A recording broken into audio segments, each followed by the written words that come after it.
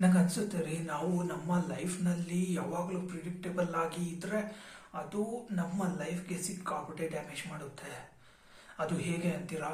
ನಾವು ಯಾವಾಗ ಏನು ಮಾಡ್ತೀವಿ, ಯಾವಾಗ ಏನು ಮಾತಾಡ್ತೀವಿ, ನಮ್ಮ ಮೈಂಡ್ನಲ್ಲಿ ಥಾಟ್ಸ್ಗಳು ಯಾವ ಥರ ಬರುತ್ತೆ, ನಾವು ಯೋಚನೆ ಯಾವ ಥರ ಮಾಡ್ತೀವಿ, ಕೋಪ ಬಂದಾಗ ನಾವು ಕೊಡುವಂಥ ರಿಯಾಕ್ಷನ್ಗಳು ಹೇಗಿರುತ್ತೆ, ನಾವು ಸಂತೋಷವಾಗಿರುವಾಗ ನಮ್ಮ ರಿಯಾಕ್ಷನ್ಗಳು ಹೇಗಿರುತ್ತೆ, ಅಥವಾ ನಾವು ದುಃಖದಲ್ಲಿ ಇರುವಾಗ ಸತ್ಯನೇ ಹೇಳ್ತೀವೋ ಅಥವಾ ಸುಳ್ಳು ಹೇಳ್ತೀವೋ, ನಮಗೆ ಪ್ರಾಬ್ಲಮ್ಸ್ಗಳು ಬಂದಾಗ ಆ ಪ್ರಾಬ್ಲಮ್ಸ್ಗಳನ್ನು ಯಾವ ಥರ ಹ್ಯಾಂಡಲ್ ಮಾಡ್ತೀವಿ, ನಾವಿನ್ನ ಎಕ್ಸೈಟ್ ಆದಾಗ ನಮ್ಮ ಮನಸ್ಸಲ್ಲಿರುವಂಥ ಸೀಕ್ರೆಟ್ಗಳನ್ನು ಹೇಳ್ತೀವೋ ಇಲ್ವೋ, ಅಥವಾ ನಾವು ಒಂಟಿಯಾಗಿರುವಾಗ ಯಾವ ಥರ ರಿಯಾಕ್ಷನ್ ಕೊಡ್ತೀವಿ, ಅಂದರೆ ನಾವು ಯಾವ ಟೈಮ್ನಲ್ಲಿ ತುಂಬ ಸ್ಟ್ರಾಂಗ್ ಆಗಿರ್ತೀವಿ, ಯಾವ ಟೈಮ್ನಲ್ಲಿ ತುಂಬ ವೀಕ್ ಆಗಿರ್ತೀವಿ, ಇಷ್ಟೆಲ್ಲ ಡಾಟಾಗಳು ಯಾರಿಗಾದ್ರೂ ಸಿಕ್ಕಿದೆ ಅಂತ ಹೇಳಿದರೆ ಅವರಿಗೆ ನಮ್ಮ ಬಗ್ಗೆ ಎಲ್ಲ ಗೊತ್ತಾದಾಗೆ, ಅಂದರೆ ನಮ್ಮ ಲೈಫ್ ಸ್ಟೈಲು, ನಮ್ಮ ಜೀವನ ಹೇಗಿರುತ್ತೆ ಪ್ರತಿಯೊಂದ್ರ ಬಗ್ಗೆನೂ ಅವರು ಡಿಕೋಡ್ ಮಾಡಿಬಿಡ್ತಾರೆ.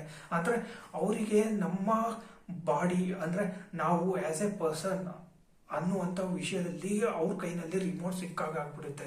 ಅಂದರೆ ಪ್ರತಿದಿನ ನಮ್ಮ ಜೊತೆಗೆ ಅವರು ಮಾತಾಡುವಾಗ ಪ್ರತಿಯೊಂದು ವಿಷಯದಲ್ಲೂ ಅವರಿಗೆ ಗೊತ್ತಿರುತ್ತೆ. ಒಂಥರ ನಮ್ಮ ಮ್ಯಾನ್ಯಲ್ನ ಕಂಪ್ಲೀಟಾಗಿ ಅವ್ರ ಕೈಗೆ ಸಿಕ್ಕಿರುತ್ತೆ. ಆಗ ಅವರು ಏನು ಮಾಡ್ತಾರೆ ಅಂದರೆ, ಪ್ರತಿ ಸಾರಿ ನಾವು ಸಿಕ್ಕಾಗ, ಭೇಟಿ ಮಾಡಿದಾಗ, ಮಾತಾಡಿದಾಗ ಪ್ರತಿಯೊಂದು ಕ್ಯಾಲ್ಕುಲೇಷನಲ್ಲೇ ಅವರು ನಮಗೆ ರಿಯಾಕ್ಷನ್ ಕೊಡ್ತಾರೆ.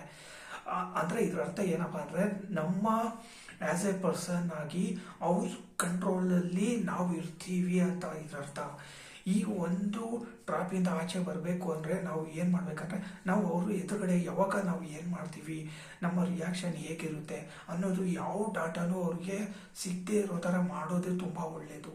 ಇದು ಎಲ್ಲ ನಾನು ಯಾಕೆ ಹೇಳ್ತಾ ಇದ್ದೀನಿ ಅಂದರೆ, ನಾನು ಹೇಳುವಂಥ ಮಾತು ಈಗ ಕೇಳೋದಕ್ಕೆ ನಿಮಗೆ ಒಂಥರ ವಿಚಿತ್ರ ಅನ್ನಿಸ್ಬೋದು, ಆದರೆ ನಿಮ್ಮ ಜೀವನದಲ್ಲಿ ನಡೆದಿರುವಂಥ ತುಂಬ ಘಟನೆಗಳನ್ನು ನೀವೇ ಒನ್ ಟೈಮ್ ಅನಲೈಸ್ ಮಾಡಿದಾಗ ನಿಮಗೆ ಗೊತ್ತಾಗುತ್ತೆ ನಿಮ್ಮ ಲೈಫ್ನ ಯಾರು ನಿಮಗೆ ತುಂಬ ಡೇಂಜರಾಗಿ ಕಂಟ್ರೋಲ್ ಮಾಡ್ತಾ ಇದ್ದಾರೆ ಅಂತೇಳಿ. ಆದರೆ ತುಂಬ ಜನರು ಈ ಥರ ಕಂಟ್ರೋಲ್ ಮಾಡ್ತಾರೆ, ನೇರವಾಗಿ ಅವರು ಏನೂ ಮಾಡೋದಿಲ್ಲ.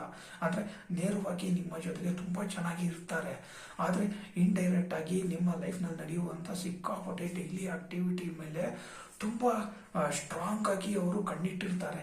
ಅಂದರೆ ಪ್ರತಿಯೊಂದು ವಿಷಯದಲ್ಲೂ ಅವರ ಕಂಟ್ರೋಲಲ್ಲಿ ನೀವು ಇರ್ತೀರ. ಇದರಿಂದ ಆಚೆ ಬರಬೇಕು ಅಂದರೆ ನಮ್ಮ ಕ್ಯಾರೆಕ್ಟರ್ನ ಚೇಂಜ್ ಮಾಡ್ಕೊಳ್ಳೋದು ಬೇಡ.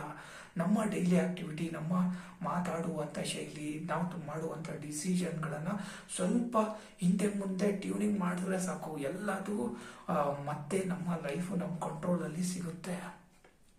ಅಂದರೆ ನಾನು ಇವಾಗ ಹೇಳ್ದಂಥ ವಿಷಯನ ಕಂಪ್ಲೀಟಾಗಿ ತುಂಬ ಸಿಂಪಲ್ಲಾಗಿ ಹೇಳಿದ್ದೀನಿ, ಪ್ರತಿಯೊಬ್ಬರಿಗೂ ಅರ್ಥ ಆಗುತ್ತೆ ಅಂತ ಅಂದ್ಕೊಂಡಿದ್ದೀನಿ.